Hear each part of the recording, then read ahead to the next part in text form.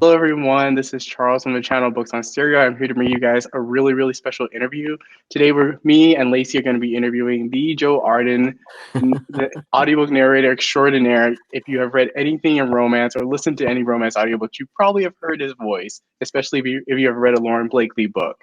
So before we get into things, I'll have my co-host Lacey introduce herself, and then we'll get to the interview. Hi, everyone. Like Charles said, I'm Lacey. I'm also on YouTube and Instagram, Lacey Book Lovers. You can find me there. I'm really excited to be here, talk with Joe Arden. The Joe Arden. I was introduced. It's like the Joe Arden. We have to like put the "the" before your name. It's I chose my social media handles because Joe is a fake name, so I thought it would be funny to be the real Joe Arden everywhere. Wow, that's great. So when you said the Joe Arden, I was like, yes, this is all perfectly on brand. I'm also very grateful. I think it's really cool that that you know who I am is awesome. So yeah, it's like talking to you is like I feel like I'm listening to an audiobook. Yeah. It's like messing with my head because like I know you so much from your audiobook. So like the first question I wanted to ask you is how do you even get into doing audiobooks as a narrator? So my background is in stage theatrical work. I have an MFA in acting. I've been doing this actually almost my whole life. And my parents were both actors that got me into acting when I was really young. And I took some time off and played some sports and traveled and just kind of came back to theater and really loved live performance. I spent a lot of time doing improv and stage work. And eventually I was grinding in New York doing regional theater stuff, and Audible Studios through a partnership they had with SAG-AFTRA, the acting union, basically did an informational session and set up auditions at the same time. And I was living in New York at the time. I went out to Newark, New Jersey, auditioned at Audible, and for the first time in my career ever was hired on the spot and started recording right away. And I made it my sole focus, and it's been everything I've done for the last 8 or 9 years creatively, and I've loved every second of it. Oh, wow. Did you go directly into romance, or how did you get into romance audiobooks? I didn't, and the romance stuff was all sort of an accident, this really happy surprise. I was doing other kinds of work. Audible was hiring me to do a lot of different stuff and asked me to do a collection of gay short stories. And everything I had done at that point had been kind of geared toward a younger audience. And I wrote them and I said, I have no problem with this content, but I'm a little concerned that anybody that might like the work I've done would be misled by seeing this title.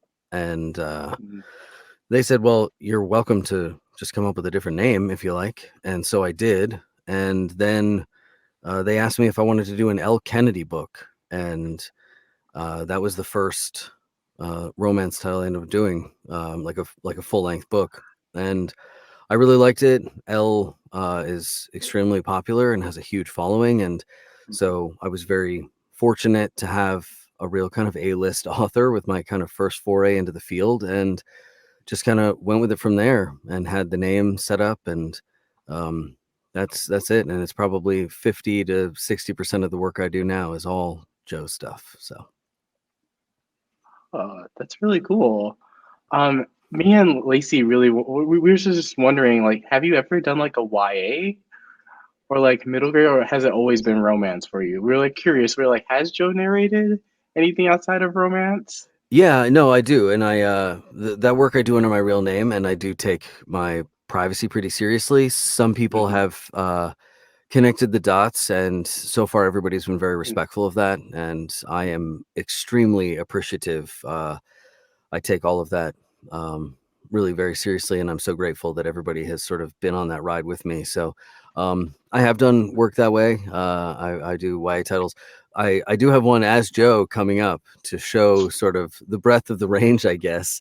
Erin Mallon has a play that she wrote called Branched, and I play a 5-year-old boy for the whole play. I'm in a lot of it. It's just 4 characters. He's written intellectually as an adult, but he's a 5-year-old, and so I voice him, and that's so Ben is coming at the end of March, so you can see. I have had Erin actually reach out to me because she said she's heard from other people that whenever I do like a single dad romance or a book where there's children characters, a lot of people like my kid voices. And Yeah. so, Yeah. so Aaron was like, "Do you want to play a 5-year-old?" And I was like, "Well, it's probably like not a great brand decision as far as like sexy voice Joe goes, but yeah, sure, let's do it."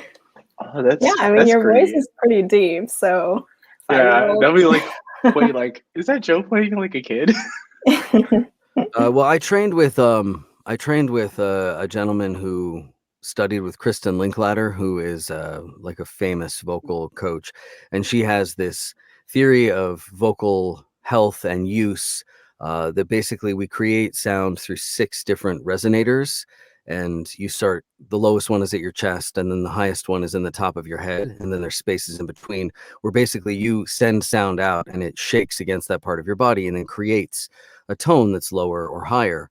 And so I've practiced with my voice, and I like leaving it seated here. And when I am called upon to do so, I try and bring it up, sometimes more effectively than other times, I guess. Oh, that's really cool. So I think we also want to talk to you about your first co-written book with Lauren Blakely, which is huge. How to Get Lucky. So like, how did this book? I didn't realize how I phrased those two questions. Like, kind of nice synergy. How did this book come about? Did you like pitch the idea, Lauren, or you kind of just kind of came out organically between you two? Lauren and I have had an incredible collaboration, and I have loved working with her since the first title that I did with her, which I believe was Unbreak My Heart, and which is still one of my favorite performances of all time. And we were working on a guy walks into my bar, and she had talked about how my relationship with Shane on Twitter had sort of helped craft a part of that story Yeah. for her, like that it helped germinate the idea in some way. And I've always wanted to try writing, and so we were talking after that happened about this other idea, and I said, "Well, that would be great. We should write it together." And she thought I was joking, and she said, "Yeah, we should totally do that." And I said, "No, I'm serious." She said, "Okay, then send me the first chapter." And I did that night. I turned everything off, and I just focused on that, and I sent it back to her that night, and she said, "I'm not going to lie to you. I was prepared for this to be terrible, and I don't think it is." And we set a new benchmark. She said, "Let's see how this collaboration goes, and let's agree that when we get to 10,000 words, either one of us can jump ship at that point for any reason. And at that point, we will make a hard and fast decision about whether or not we're going to see this all the way through." And I believe at 5,000 words, we both had fully committed and dove all the way in and had already picked a release date and a marketing plan, and were really kind of gung ho about it. So, and I learned a million amazing things. I am extraordinarily grateful that somebody of Lauren's professional caliber and personal character would bring me into the fold, and I'm just very grateful, and I'm proud of what we created, and I'm really happy that people have liked the book, and it means something totally new to me and very special. So thanks for asking. Was it your first time writing anything? Have you always wanted to be a writer? It is not the first time. I went to like a very competitive, sort of liberal arts based high school. Like writing was the craft of writing was drilled into me, and reading is something I've always done. My undergraduate collegiate degree is in philosophy, so I wrote a lot of papers. But it's funny, as I never really sort of thought of publishing any of those things. I've always just sort of thought of them as these sort of academic pursuits, or whenever there's a grade attached to it, I guess you don't think about how that writing can live outside of the classroom, or at least I never did. Hmm. And then I wrote a play for my senior thesis in college. So I've sort of dabbled. I have found one of the things I found out when I was doing improv, and I worked with a group of people, and we created a lot of stuff together. We wrote full length shows. We did a ton of live performances. I love to collaborate. I find that when I'm by myself, I kind of shut down creatively, or I just can't motivate myself to stay on task. I know some people are like, everybody needs to leave me alone. I'm doing my thing and I don't want to answer to anybody. For me, I love the energy of being with another person. It's one of the reasons my work as a narrator is so solitary, and literally in a 4x4 foot soundproof booth by myself for hours at a time. It's one of the reasons that I love being able to connect with fans and talk to people about the books that they've devoured and the stories they've consumed, because for me, that's such an integral part of the creative process. And you miss that when you're creating in a sound chamber, So Mhm. did I answer the question? What was the question, Billy? That was a rambling answer. Oh, have I written before? I think I answered it in there somewhere. Yeah. So I do have another question. Coming into this process, like as an audiobook narrator, did you think when you were writing, like how it would translate into audio, or were you just more focused on the actual like writing and then focus on the audiobook later? I think one of the best trends in writing in general in the last decade has been the rise of audio popularity has forced authors to think about how their words sound. Mhm. And I've heard from so many authors across the genre spectrum that thinking about how their words translate to the ear, many of them have said for the first time ever that they're reading their own work out loud for the first time. And you catch Mhm. so many things that you don't when you're just scanning with your eyes.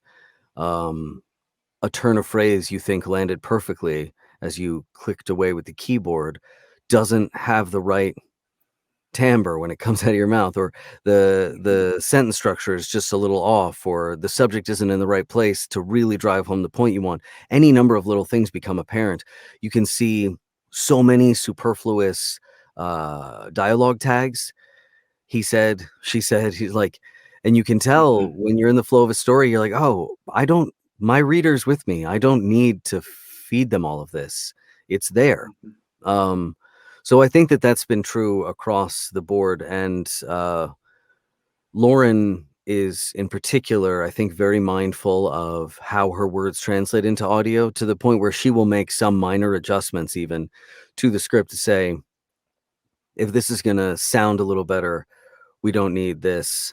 If, for example, something that you'll need in a print edition would be like, he shouted, but Mhm. in the audio, we can just achieve that effect and then leave the tag off. It requires some extra work from the author, because narrators can't edit that material as they're going. Once you're in the sort of flow of the story, Mhm. you need to be kind of connected to what's happening. But so there's an example of some editing that benefits audio, but is still necessary in the print. But I think in general, all writers would do well to read their words out loud themselves, or have somebody else take a pass at chapters of their work, just to see how it ends up sounding, and how the energy and the ideas and the tone and the style, how all of that gels when somebody else attacks your language.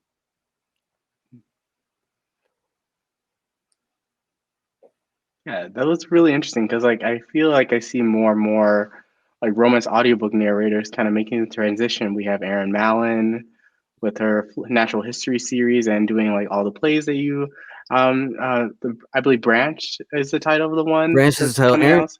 Erin Mallon is a singular force, and she is a phenom, a juggernaut, and one of my dearest friends. I say all of these things professionally because I mean them professionally, and in a totally separate context, I happen to think Erin Mallon is one of the greatest people I've ever met. So, um, yeah, she's doing it all, and I sit quietly in awe of all she does, and I'm always so grateful when she calls or emails me and asks if I want to do something. She's done it. I'll help you. Andy Arndt has taken her hand at the writing. Ava Erickson, I think, has done one. Karen White, who's a narrator who then writes as Karen Gray, because I guess there already is an author named Karen White. So she narrates as Karen White, but she writes as Karen Gray, and I did her first book. She emailed me and asked if I would be in her first book, and anytime a colleague asks to have you in to work with them on something that they created, I can't think of a higher compliment. And actually, our performance together in that book just got nominated for an independent audiobook award. So I'm very excited about that as well. Oh, wow. Congratulations. Yeah. So did the thing I did with Aaron, actually. Aaron wrote a play called These Walls Can Talk, and that got nominated in the humor category. And then Karen and I worked on that project that got nominated in the romance category, and 2 different Lauren Blakely projects I worked on were nominated in the romance and erotica categories. I like that I can say that in 1 year I was nominated in romance, erotica, and humor. So I think that really... That's like the trifecta. Yeah, that feels like the trifecta to me. And I think most people will tell you that great sex has an element of laughter to it. Like, there's something about being able to laugh with somebody is both sort of gets the endorphins going. I mean, you feel good when you laugh, and there's a comfort level that I think belies all the fear that other people have, and so it lends itself to intimacy. And laughter is sort of its own kind of aphrodisiac in that way, I think. Not that I'm saying I'm good at any of these things. I'm just saying that they exist. I had a question similar to this. Okay. Like, who are some of your favorite narrators that you've worked with, and are there any narrators that you want to work with in the future? I love that question because I love highlighting the people whom I respect and the people I love working with and listening to. A very short list, an incomplete list out of any particular order of the narrators that I love working with and love listening to are Erin Mallon, Emma Wilder, Maxine Mitchell, Virginia Rose. Those are some of my favorite collaborators, and I think women that just do an incredible job carrying so many amazing heroines. And also, all 4 of those women in particular, I think, do a wonderful job with the male voice, which is such an important part of our job, because when the dual POV happens and you get used to sort of wanting to hear my voice, or I'll say some of the guys I love, Teddy Hamilton, Jason Clark, who else I love? Shane.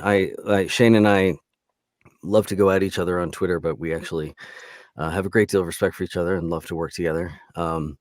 So it's so important, and those women get that part of it so right. Some of my other heroes in the genre across the board, not necessarily just in romance, but Scott Brick, Dion Graham. Dion narrates all of Dave Eggers' books, and Dave Eggers wrote a book called A Heartbreaking Work of Staggering Genius that came into my life at a very important time for me. And Dion and I have had some incredible conversations about the craft and about working with Dave, and he's just another one of those fierce human beings that's incredible to spend time with. And Katie Kelgren, who I'm sorry to say died several years ago. If you do not know who she is, I cannot recommend anybody's work more highly. I did not know a truer professional or a better narrator, period. Like, the same way you would say, like, I'm really tired of the acting craft gender qualifying accolades. Like, I'm so over that, and I don't know why the Oscars, for example, don't just leave gender behind. It's going to go away, and they can be ahead of the curve and with the community, or be late to the party. Meryl Streep is the greatest living actor, period. Like, you don't need a gender qualifier. And it's not that there aren't some men that aren't incredible and don't deserve similar praise, but Meryl Streep is an American legend. She's an icon of the highest caliber. And I think Katie Kelgren belongs in that same pantheon of talent. So, yeah. I did it again, Lacey and Charles. I think you guys asked me a very direct question, and I went a bunch of different places. No, it's great. Oh, you're completely fine. I agree. Yeah. Like, Meryl Streep can do no wrong. Like, she can play a villain and then play like a heroine in a romantic love story in the same year, and you're like, it's Meryl. She can do anything Well, she wants at this point. and let's I think it's important to let's follow up on this because genre defines performance. Gender has nothing to do with the quality of an artistic output in any capacity. There are artists who have reflected what it means to be a gender. I think of the paintings of Georgia O'Keeffe as being evocatively feminine, right? Charles Bukowski's writing being inherently masculine in tenor. The idea of being a man is important to his work, just as Georgia O'Keeffe's femininity is important to her painting. But as artists, the quality of the work they create is totally removed from their gender. And I can look at two poets and say whose poetry is good, having nothing to do with what biological organs they were born with or how they choose to then identify as an adult, which is the mode we're moving toward anyway. So why are the artists of the world clinging to these antiquated ideas? Genre should define the Oscars. The Globes sort of get it right by at least having more categories, right? There's like best dramatic performance, best comedic performance. Now they're doing a million other things wrong at this particular moment by being tone deaf to a cultural world that is blossoming around them. But what they are getting right at least is, hey, the genre is what matters here. We can have more awards that highlight more nuanced genre work in a visual medium that is getting more complicated, more diverse, and more interesting every single minute. Instead of saying, well, we got to make sure one guy and one girl gets a medal. Like, what is that? So that's my thoughts. And every once in a while, I'll say from my platform, I try and like poke the Oscars, and then I'm like, just stop it. Just give comedy awards and drama awards. You should be giving voiceover awards. I think we're very close to being in a place where you should be giving CGI awards. I definitely think it's way past due for voiceover actors to get a seat at the table.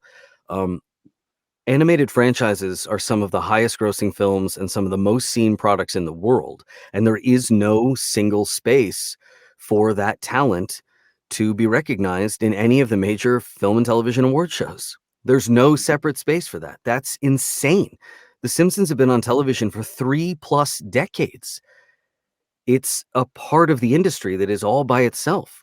One of my favorite like facts about actors, I read this once, it's probably not true anymore, but I'd heard once there was only one actor attached to $3 billion film franchises, and nobody ever gets it right. It's Ben Stiller, and one of them is the Madagascar films. So it's Meet the Parents, Night at the Museum, and the Madagascar films. Oh, okay. I didn't know that. So I at this point, I don't know. There's so many. I read that several years ago, I think, but so that may not be true anymore. And I know like Robert Downey Jr. is sort of attached to two different superhero franchises alone. So anyway, the point is, why are our awards for those mediums not honoring that? Like, there should be a casting award, and I do believe the SAG Awards have now at least added a casting category.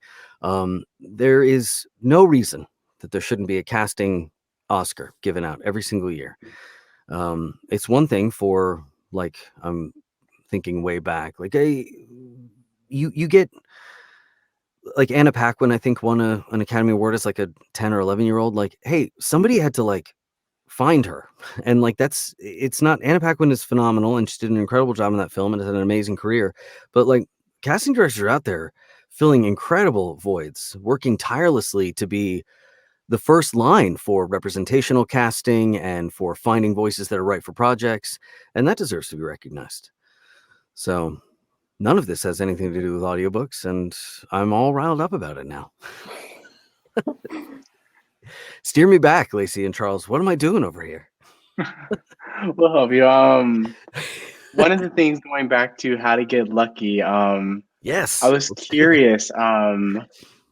There's an epilogue with an additional character. I believe it's the stripper character who works in the club. I was wondering, when you and Lauren included the epilogue, is that a potential segue into another book written by you, I right now, I think we thought of that title as being a sort of standalone thing, and as we were working on it, we felt really attached to that character, and also we finished the book and then felt like he had some more story to tell.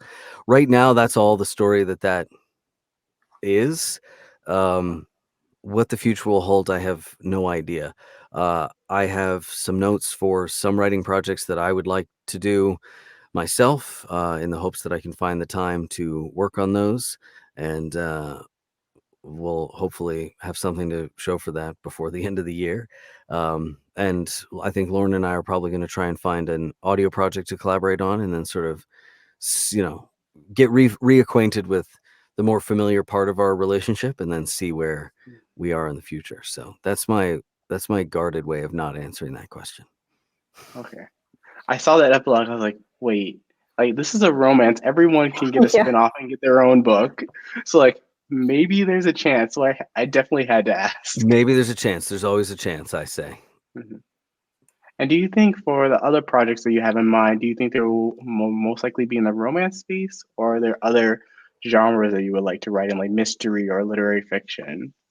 Um, the main idea that I've been kicking around right now is a sort of adaptation of a familiar piece that I think would enjoy a romantic gaze, if you will. So that's the first thing up, and I learned a lot about the demands of the genre by working with Lauren and having read almost 500 of these now. So I'm interested in, I think, staying in that space and seeing where that leads me. Mhm. If people will listen and buy it, I guess.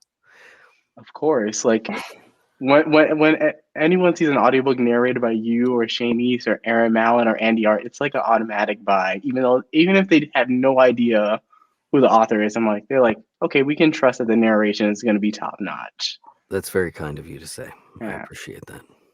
Yeah, there's a lot of romance narrators who will listen just for that narrator. Like I Mhm. have Mhm. definitely, when I go on audible.com, I just click on that narrator to see what else they narrate, see what else I can listen to. I was wondering about duet narrations. Okay. How does that work? Do you narrate in the same room together or Well, before the pandemic, right? we Yeah. were oftentimes narrating in the same room together. If physical location restricted that ability, it's possible to do it. Even before the pandemic, it was possible to do it just electronically via an internet connection and a shared kind of recording setup. And then as the pandemic kind of swung in and limited everybody's ability to meet in person, the technical skills of both the narrators, and really mostly all the credit goes to the engineers, um, for sort of stitching together those performances, has really made it possible for any two narrators to do that again. And I cannot overstate this enough, provided that there is a quality engineer who's really truly good at what they do and getting paid well enough to do it right, because it takes a lot more time for that engineer to recapture the sort of spontaneity of the live performance, because the performance is live, but what happens is two different you've got two different record spaces, so you have two different tracks, and those need to be synced up so that the timing and the feeling and the intimacy, the connection of those moments, the pacing, um, matches, and a good engineer does that seamlessly. And it takes a while. So I look forward to the day that I can get back in the studio with my colleagues and do some more stuff, because as I said, it's for me, the arts is a collaborative endeavor, and I miss hanging out with my friends. So Yeah. yeah, Yeah. but it is great. The other side of it is, this pandemic has been a nightmare. I mean, there's so many things, but there are a handful of positives that have come out of this thing, and one of them is that we have retooled our way of thinking about how the internet can be used to keep us connected and to make us efficient workers, And now physical location does not prevent an author with a dream pairing of narrators from making it happen, and that's pretty cool. So Yeah, and I had a little bit of a related question to Lacey's question. Do you have a preferred? Do you like doing only single narration or duet or full cast narration? Do you have like a preference for which one do you prefer? um I love being able to do all of them, because I think that any one of them over and over brings with it its sort of its own kind of monotony. As a consumer, as a listener, I also enjoy having a little bit of all the different worlds. Like a great solo narration, one master narrator painting an entire world from somebody's vision is incredible. A well-told dual POV story with two great voices who have connected beforehand and really help bring each other, uh, bring the best out of each other, and really paint all those characters together is super fun. Duet is just feels like a movie in your ears, and then the full cast, same. Performatively, there's something to be said for being able to play all of the parts. Like oftentimes when I talk to my actor friends and they're like audiobooks, like, oh, I'm like, I get to play everybody. Like I did a book recently, a romance title that is slipping my mind right now. Hopefully it comes back to me. But there's a big fight scene.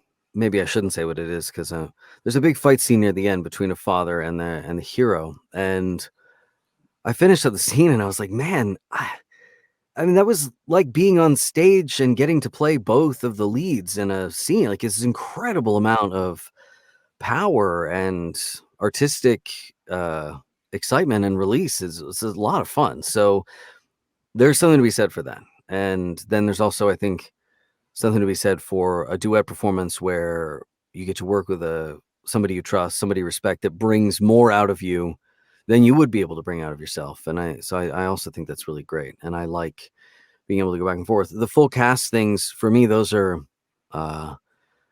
that's like having dessert before dinner, like a full cast, where you just kind of get to focus on this one thing and bring all the energy and excitement you can to that one piece, and then let everybody else kind of work with you to create this bigger picture, this machine, and it's fun. So I think I didn't answer that question either. I think I evaded. No, you completely did. Okay. I was just really curious because I see like more full cast getting a little bit more popular Mm-hmm. with audiobooks. I know Lauren has done I feel like she's done more and more full casts in her more Yeah. recent audiobooks. So I was just wondering, like, is that like a little bit like a better experience for a narrator since you can more interact with like various different people, or do you just prefer like just like in your booth narrating one book by yourself? Again, I really feel like I don't want to not answer the question, but I really do feel like there's a lot of merit to both. And from a performative standpoint, there's a lot of positives to both. Um, One thing that I have said and am going to say now and will continue to say is that I love my job. I love it. I worked really hard to get where I am, and I worked a lot of shitty jobs to get here.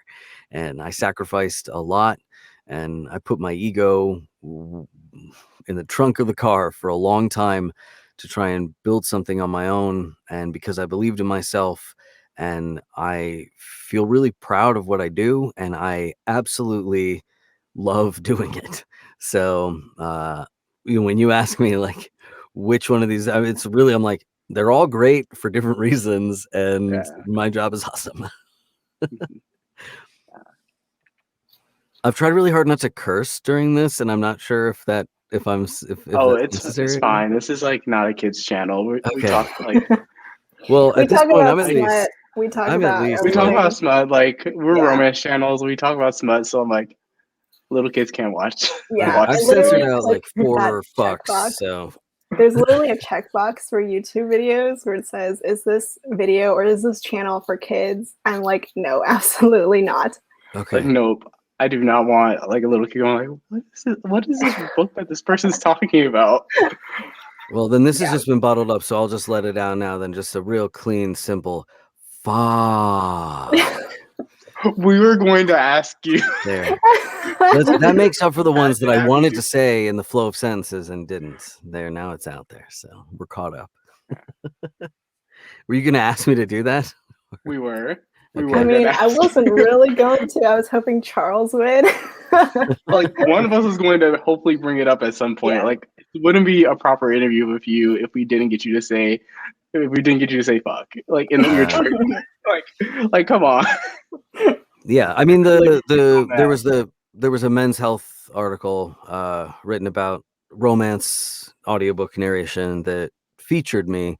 They called me the king of fuck, and I know that's been kind of a thing that goes around Twitter, and a lot of folks talk about that. And I think that's probably the single coolest designation that I have ever had bestowed upon me. My parents were very loose with language. I think that the home I grew up in really believed that, with the exception of hate speech, there really is no such thing as a bad word. There's just the wrong time to use a word. And I think that a lot of profanity gets over censored and oversensitized. And I don't know why, in America in particular, we're so fucking hard up about the English language when we don't seem to give a shit about violence and sexual assault in every corner of our artistic daily lives. Let's put that away. And look, I'm not suggesting we censor anything. I've played so many hours of Grand Theft Auto, I've lost count. And I'm not saying people shouldn't be making that or playing that or doing. I'm not saying that, but I am saying we can lighten the fuck up about the way people talk and focus more on why people are using the words that they're using. Fuck is an incredible word. It's like perfect, like tonally. You've got this great opening sound. It ends with this hard k. Like it's expressive. You can use it. There's I don't know. Have you guys seen the movie The Boondock Saints? No, This I is haven't. your homework. The Boondock Saints is one of those like The Room. It's sort of one of those like great bad films. I think it's better like all told than film like The Room, but it's about these two brothers from southie part of Boston who believe that they have been spoken to by God and that it is their mission to rid the area of evildoers. And so they're like vigilante fighters, and they go and they've got this one Italian friend, and he's got this one scene where he just rattles off like 8 fucks and it's all one sentence, and he's like, whoa, fuckity fuck, and his friend's like, oh, it certainly does illustrate the diversity of the word. And I was like, yeah, he used it as an adverb, a noun, an adjective. It made sense. I was like, yeah, I totally followed that sentence. So anyway, get back to me after you watch the Boondock Saints. Just the first one, for the record. There's another one, but you don't have to do that. Okay, I have to say, like Lacey is really bad at this. Like she'll recommend me a book in a series, and then be like, "Oh yeah, books 2 and 3 are horrible, but just read book 1." I'm like, I'm a hardcore series reader, so like if I start a series, I see it to the end. I'm like, wait, why would you recommend me just the first? I just happen to recommend one book, and it's part of a series. I don't say you have to read the whole series, even though 1 and 3 are great. Just skip 2, but Just still. Well, I think it's like universally. I think it's universally understood that the second season of The Wire is the worst of the 5 seasons of that show, but 3 is probably the best. And so, like, sometimes part of the story is just you kind of got to get through it. It's not that it's not without merit. There's definitely still parts that are interesting, great scenes, good characters. It's just not as amazing as what came before it or what comes after it. So, I guess like one of the Harry Potter books has to be the worst Harry Potter book, right? like one season of Seinfeld or whatever has to be the worst season. So that's actually a really good point. Lacey, why didn't you make this point? I'm not the Joe Arden, okay? Yeah. That's a great point, Lacey. I mean, I did have So one other. okay, Oh, sorry. You can go, Lacey. all right, this one's pretty quick, but you probably do a lot of accents. So, Joe, do you have any favorite accents that you like doing? And do you have any worst accents, like accents you're terrible at doing?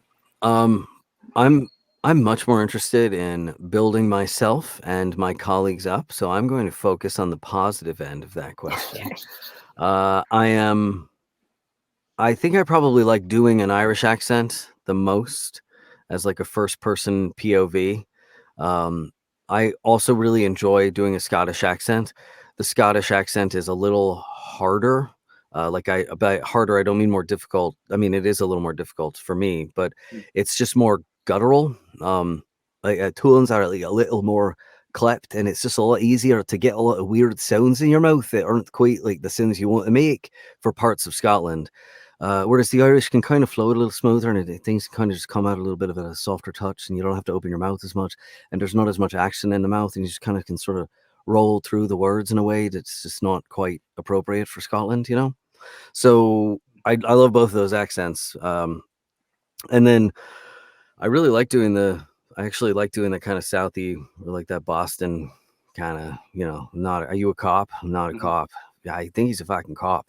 Like, get that guy the fuck off our property. I like that. That's, I don't know, it's fun. And I think it's kind of it's a sort of a dangerous accent, just kind of lends itself to sort of edgy characters. So I'm big into those.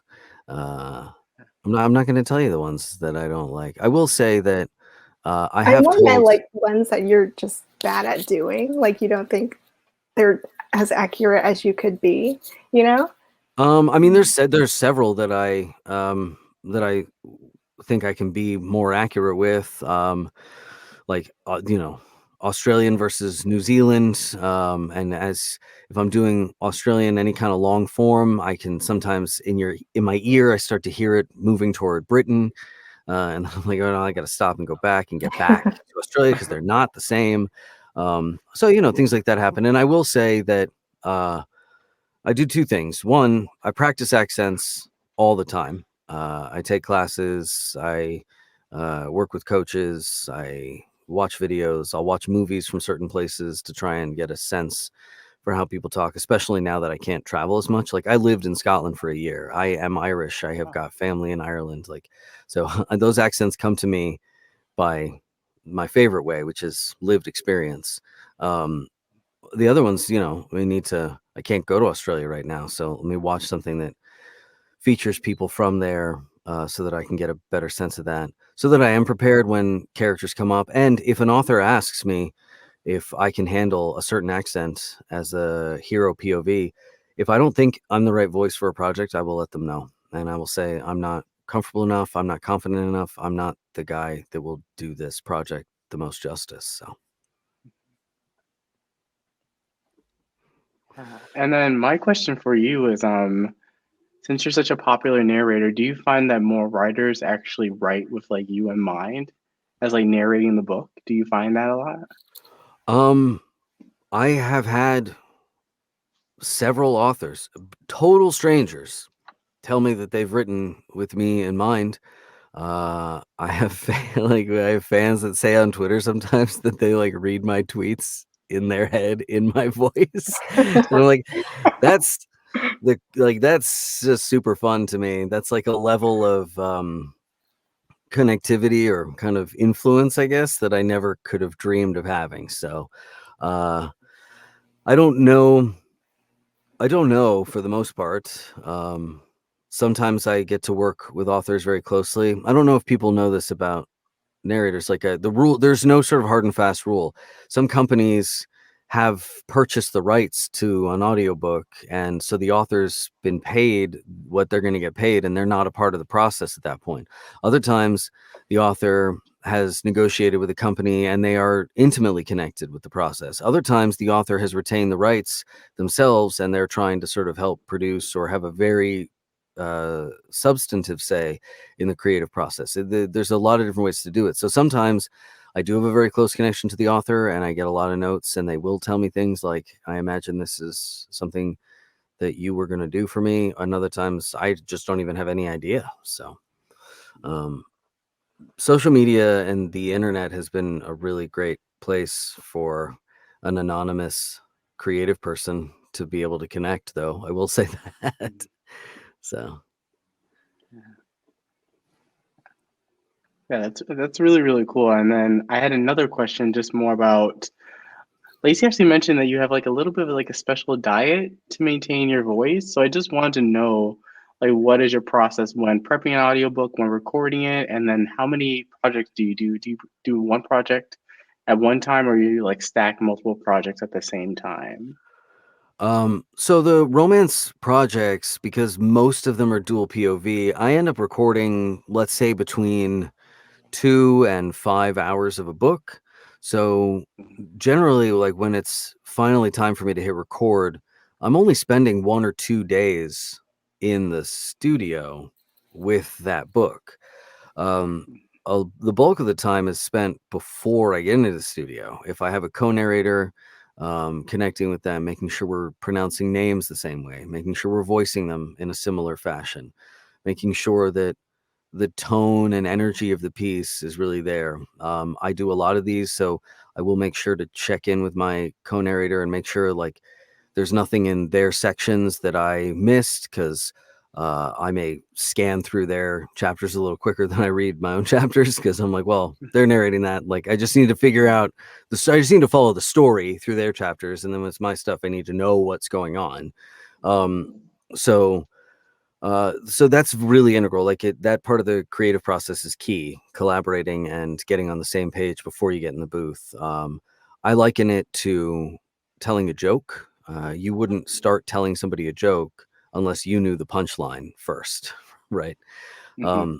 You need to know how a story's going to end before you can start telling it to somebody, because you need that information as the storyteller, that omnipresent voice, to be able to say, the omniscient voice, I should say. I mean, I guess you're omnipresent too. You can be wherever the fuck you want, but the omniscient voice, because you need to know how to flavor certain scenes. Like there may be one short passage at a coffee shop that, if as you're reading it the first go through, feels fairly insignificant, but you find out one bit of information is revealed about that character that is going to be central to his decision-making process 200 pages later. Well, if I haven't done my work and I haven't hit that right the first time, listeners have also glossed over it. They fucking forgot about it because it was 4 hours ago. And then when it comes up, they're like, what? Did they talk about that back then?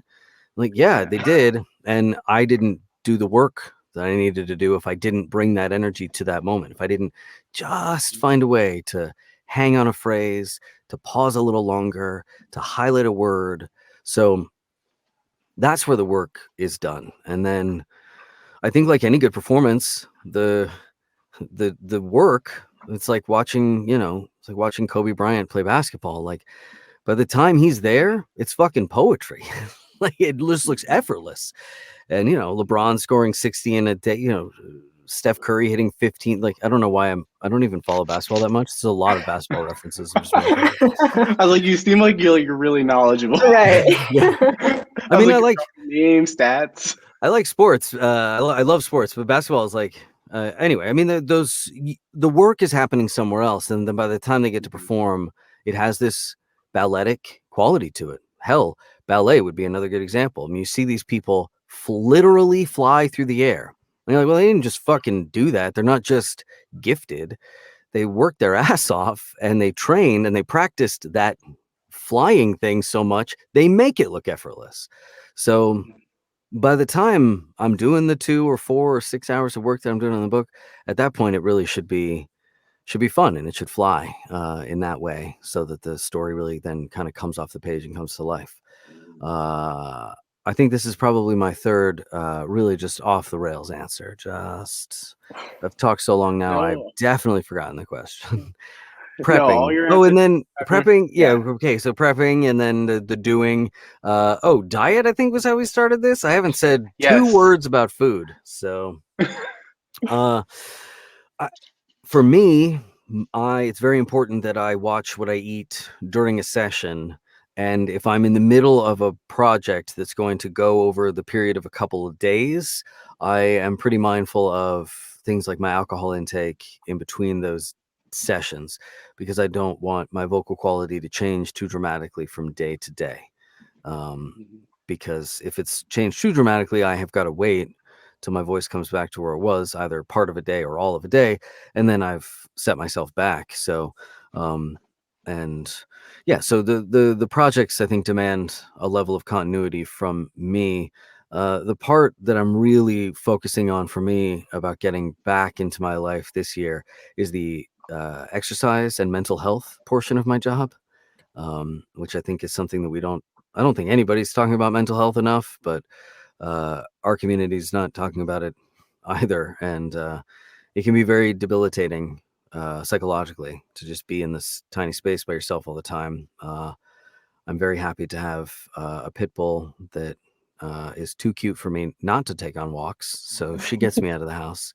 But I need to focus on that and get back into finding the other ways to bring that balance back into my life, you know? And it's hard because, remember, a little while ago I told you how much I fucking love my job. So when you don't feel like you're going to work, when you are so honored and grateful that people are asking you to be a part of their babies, basically all these books, these have been birthed into the world. These are the labors of love of all of these women and men that write them. And they're like, will you share this with the world with me in this one way? I'm like, fuck yes, I want to do that. So I'm trying to say yes to all these projects, devour all the material I can. And I love what I'm doing. But then, like, my back kind of hurts. I should probably, like, do some yoga or some sit-ups or something. So, you like just getting back into finding the time to schedule the mental health and the physical health so that they all come together. And then for me, the food is kind of mild while I'm eating. I mean, I'm sorry, while I'm working. And then at night, that's when I get to have Thai food or something like that. Thai food is always good. Thai food is so good. Thai food, Vietnamese food, it's so good. And Indian food, there's the level of like depth of flavor and the nuance, and then like really well prepared Mexican food is also so good. Like you can walk on like any street corner in LA and get a tamale for like a couple of dollars, and like that tamale took some incredible woman or man a day to make, like an entire day. And then you just have this, like, you can like taste the love and the energy and the passion when you're eating this thing. And it's the same with like, some some Indian recipe that's been passed down from family to family, or that like blends these spices so perfectly. Lemongrass is such a good, like, there's no part of like for me, there's no part of Western cuisine that ever has like lemongrass. And then I get to have like Thai food or Vietnamese food. I'm like, oh, lemongrass, you delicious, beautiful bastard. Where have you been? Why aren't you in everything I eat? Why the fuck am I talking about lemongrass? Lacey, Charles, what am I doing over here? I like food. Thai food. Like, that's how we like segue into that. But I do have two final questions for you, if Lacey doesn't have any others. One is, what is one book that you will recommend that you have been loving right now? And then also, are there any upcoming releases that you have narrated that you can tell us a little bit about? Oh, these are always the toughest questions for me. Something that I was really proud of, recently worked on, is the Charleston Heat series that I narrated with Emma Wilder. It was nominated for Best Series from the fine folks at Oral Fixation, which is a really fun Facebook community of, I'd call them like professional romance audiobook listeners. They're mostly women. They're incredibly passionate and extremely great about activism and getting authors and narrators out there and talking about the projects. And anyway, they've got their own awards show that they do at the end of every year. And Jessica Peterson, who's the author, wrote just this fantastic 4-book series, and Emma Wilder and I narrated it. I think each book stands on its own and is phenomenal. The men are different, the women are different. But even though I think all the men are brothers, but like Emma and I tried to give each one of them a specific sound. So it's 4 South Carolina guys, but we really tried to do different voices for all of them. and the storylines are different. I've got a pregnancy storyline at one point and a single dad storyline at another point, and they're handled with real care and real honesty. And then after you've sort of been wrapped up into this great story for like 3 hours, you just get hit with a fucking phenomenally well-written sex scene. And then you're like, whoa, okay, I didn't know I needed that till I fucking needed that. And so yeah, I can't say enough about that series. I absolutely loved working on that. It's hard for me to keep track of what I have coming up. I will say I got it. I am recording right now a series for an author that I've never worked with before, Sienna Snow, and I am doing this with an actor who is new to the audiobook space, who was a delight to work with and so much fun to collaborate with.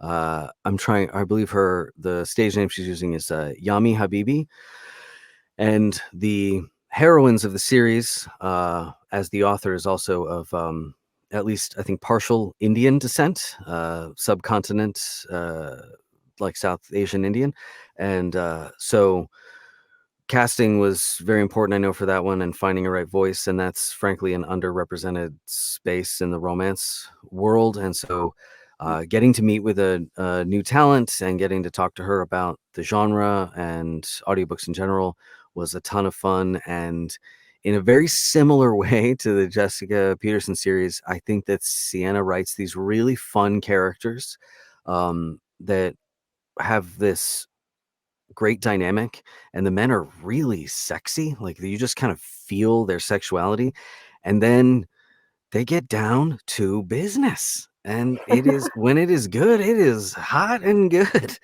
And yeah, so the first one of those is out now.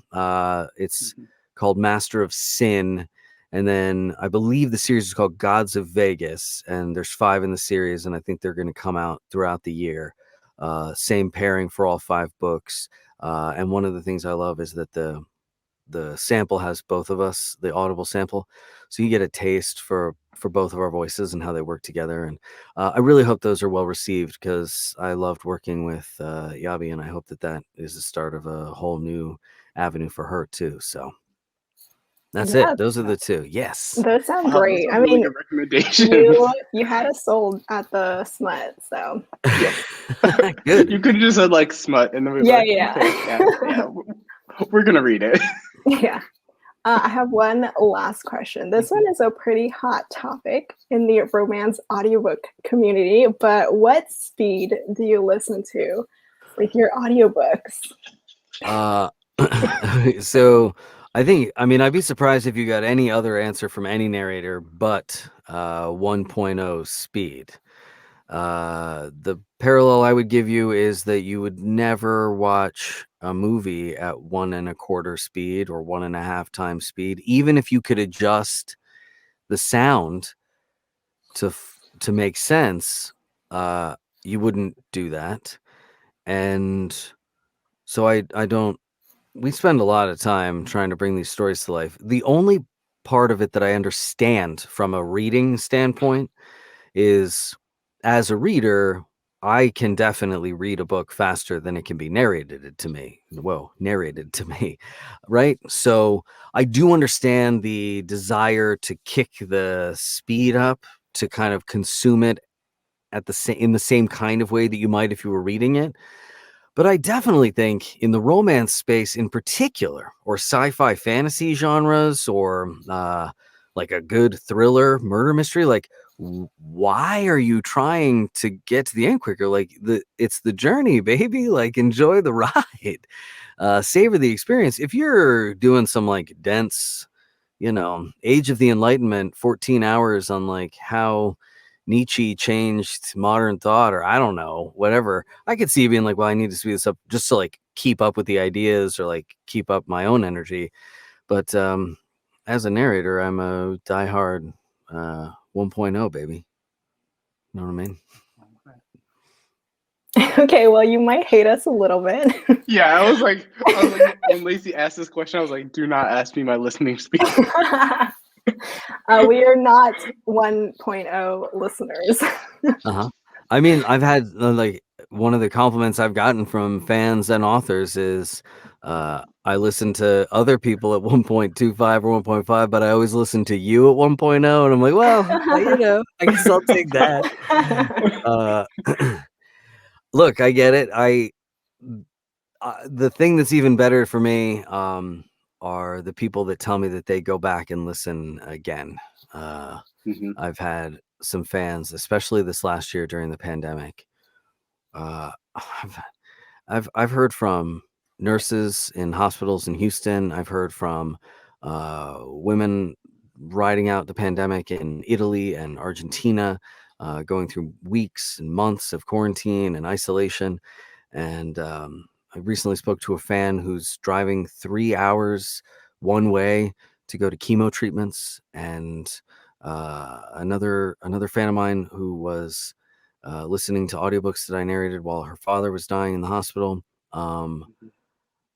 Like, it's amazing to me that I've been able to be connected to these people that I may never be able to know or actually be able to connect to, but we, through this medium, have found a way to touch each other's lives. And I'm so grateful to those people that reach out to me, that let me know that my work affects them. And so, look, if there's a lot of consumers that are out there devouring books because they just absolutely love the stories and they want to just like get as many of them into their heads as possible, I get that. And you do you and enjoy it the way you want to enjoy it. And then these other people who will listen to the same book 15 times because they love my performance or they really latch on to a character, that's special in its own way too. So I'm over here advocating for people loving and tolerating each other, and I'm not trying to rain on anybody's parade. So if you're having fun and you're not hurting anybody, then fuck it, you do you.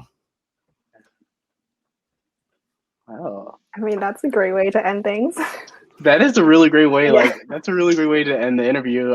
But thank you so much to my co-host Lacey for joining me on this interview, and thank you to the Joe Arden for coming on my channel. I was like, when you said you were interested, I was like, hold up, wait. Like, this is a huge deal for me. So I'm like, thank you so much for coming on my channel. I'll leave Joe's social media links down in the description box down below. So go give him a follow on Instagram and Twitter. Correct? Yeah, I got a Facebook page as well. I got a website. There's a newsletter. I have some pretty exciting things in the works that I'm going to be announcing at the end of this month. The newsletter is going to hear about it first. And yeah, so there are plans for 2021 I'm very excited about. And Twitter, Instagram, Facebook, and the website, everything is The Real Joe Arden. Turns out I'm the only real Joe Arden. You're the only real Joe Arden. Just wait. Eventually, there'll become some knockoff account that's like the real Joe Arden 2.0. Well, there's some guys out there narrating that I think are doing a little knockoff 2.0, but I'm not going to throw any shade. I just ended it on such a high note. What am I doing? Yeah, like in the postscript, getting like a little bit of off hate. it. Come on, stop. Look there, I brought the high voice in there too. We did it all. Thank you guys so much for having me. I'm very grateful, and I'm very touched that you were excited for me to be here, and it has been a lovely way to spend my evening. So, Lacey, Charles, So thank you so It much, was great Joe. talking with you when we've only ever heard you in our earphones. So that was nice. Yeah. But yes, thank you guys so much for watching. I will catch you guys with a brand new video. Bye, everyone. bye.